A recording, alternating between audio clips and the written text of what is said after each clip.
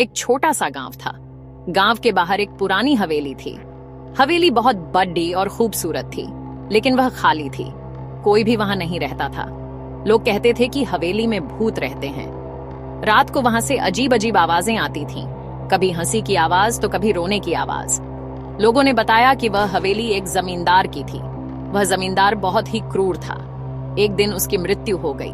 तब से उसकी आत्मा उस हवेली में भटकती है। गांव के लोग उस हवेली से बहुत डरते थे। कोई भी उस हवेली के पास जाने की हिम्मत नहीं करता था। सूरज ढलने के बाद तो जैसे वह रास्ता ही बंद हो जाता था। लेकिन उस गांव में दो निडर लड़के भी थे। उनके नाम थे अजय और विकास।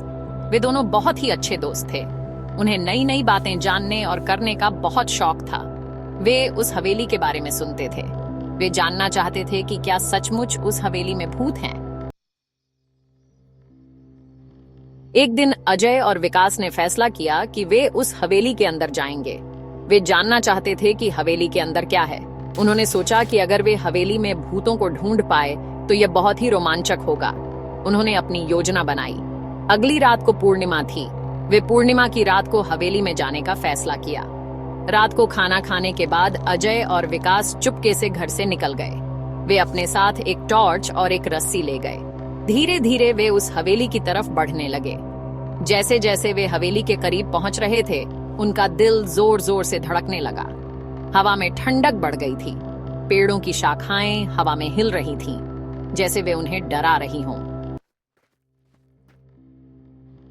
अजय और विकास हवेली के मुख्य द्वार पर पहुंचे। द्वार पर बढ़ा सा ताला लगा हुआ था।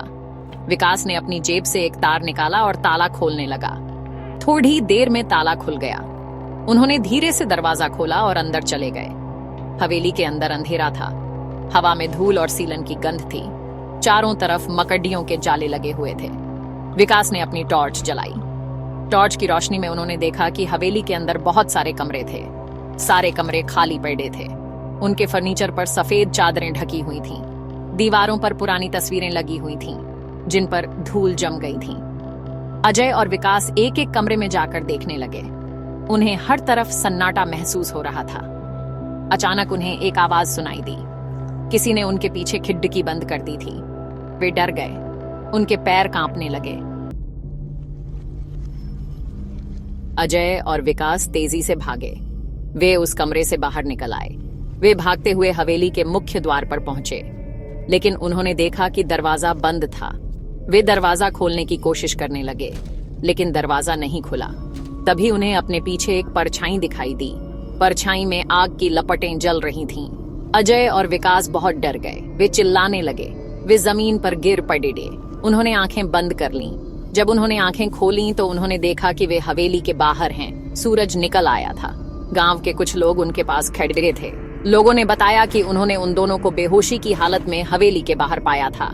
अजय और विकास को समझ नहीं आया कि क्या हुआ था। क्या उन्होंने सचमुच भूत देखा था या यह सब उनका वहम था। उन्हें उस रात की सारी बातें याद आईं। उनके मन में फिर से डर बैठ गया। लेकिन फिर उन्होंने सोचा कि अगर वे डरेंगे तो कौन जाएगा उस हवेली में, कौन सुलझाएगा उस हवेली का रहस्य। तभी से अजय और विकास ने ठान लिया कि वे उस हवेली का रहस्य जरूर सुलझाएंगे।